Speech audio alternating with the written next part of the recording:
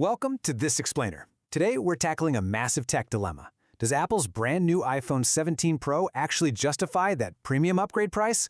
Or is the recently discontinued iPhone 16 Pro still the smarter choice? We're going to sift through all the specs, the thermal tests, and the real-world data to give you the clear, no-nonsense answers you need.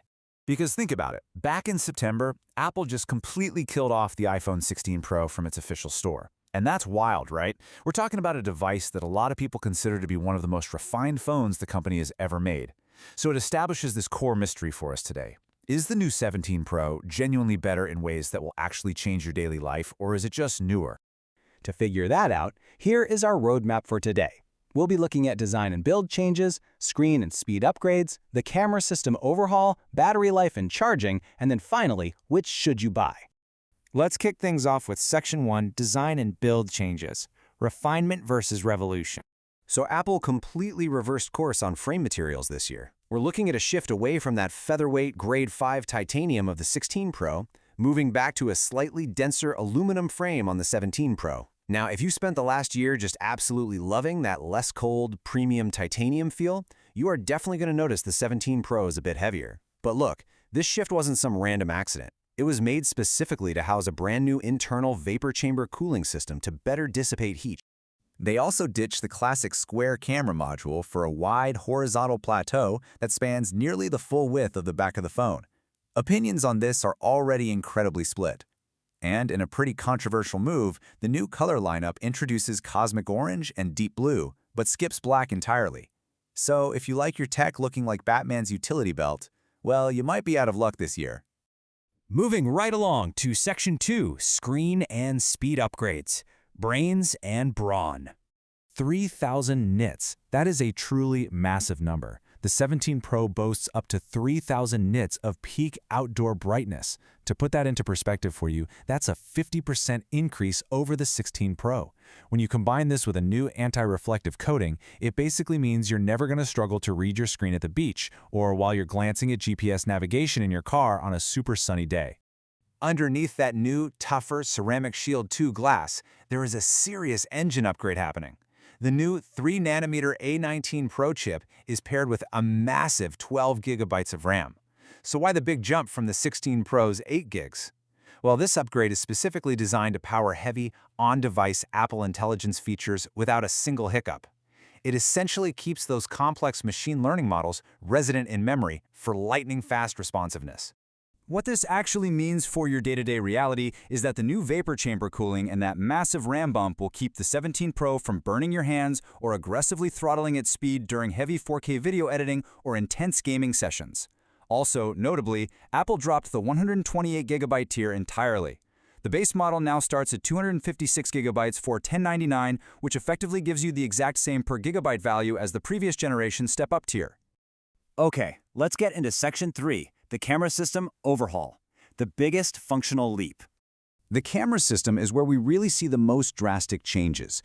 While the 16 Pro was rocking a 12-megapixel telephoto and a single 5x zoom, the 17 Pro totally changes the game. All three rear cameras are now 48 megapixels, and they feature a highly versatile 4x plus an unprecedented 8x optical reach. For photographers shooting wildlife, sports, or distant architecture, having an 8x true optical zoom backed by a much sharper 48-megapixel sensor is a monumental leap. And we absolutely cannot forget the front camera. The selfie shooter jumps to an 18-megapixel center stage camera featuring a really clever square sensor design. Because it captures a square image, it automatically crops for wide group selfies without you needing to awkwardly physically rotate your phone into landscape mode.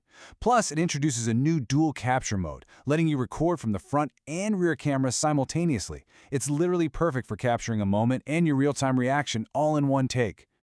Let's talk power in Section 4, Battery Life and Charging, Chasing More Screen Time. Thanks to a larger 4,000+ mAh cell and a highly efficient chip architecture, the 17 Pro completely outlasts the older model. It extends continuous video playback to an impressive 33 hours. That is up to 6 extra hours over the 16 Pro. It's solid proof that a faster processor doesn't actually mean worse battery life, as long as the entire system is properly engineered around it. And for anyone who suffers from battery anxiety right before a long flight, We've all been there. Charging speeds got a very welcome bump. The 17 Pro upgrades to PD 3.2 fast charging. This means hitting a 50% charge in just 20 minutes, shaving a full 10 minutes off the 16 Pro's time. Honestly, it is a genuine quality of life improvement for those heavy-use days. So, Section 5, which should you buy? The final verdict. Look, if you're currently holding an iPhone 14 Pro or older, the cumulative upgrades here are going to feel absolutely massive. You should buy the 17 Pro if you specifically need that incredible 8x telephoto reach, if you require glare-free reading in bright sunlight, or if you demand peak thermal performance so your phone doesn't throttle during intense gaming or AI tasks. Plus, because it launched a year later, it obviously gives you the longest possible runway for future iOS updates. On the other hand, if you already have a recent phone like the 15 Pro or 16 Pro, the year-over-year gap isn't completely transformative. If you love the premium, featherweight feel of titanium instead of aluminum, or if you can find this discontinued model at a deep discount, whether that's new or refurbished, the 16 Pro remains an absolute powerhouse. Honestly, if you don't care about extreme 8x zoom, save your money. The day-to-day speed and display quality are still genuinely excellent. Ultimately, you really have to ask yourself, what kind of smartphone user are you, honestly? Are you a spec-hungry power user, constantly pushing your device to its absolute limits? Or are you a pragmatic deal hunter, looking for a refined experience at a much better price? Don't just chase the newest shiny object, really assess your actual daily habits. So, what's it going to be? Thanks so much for joining me on this explainer, and I will catch you on the next one.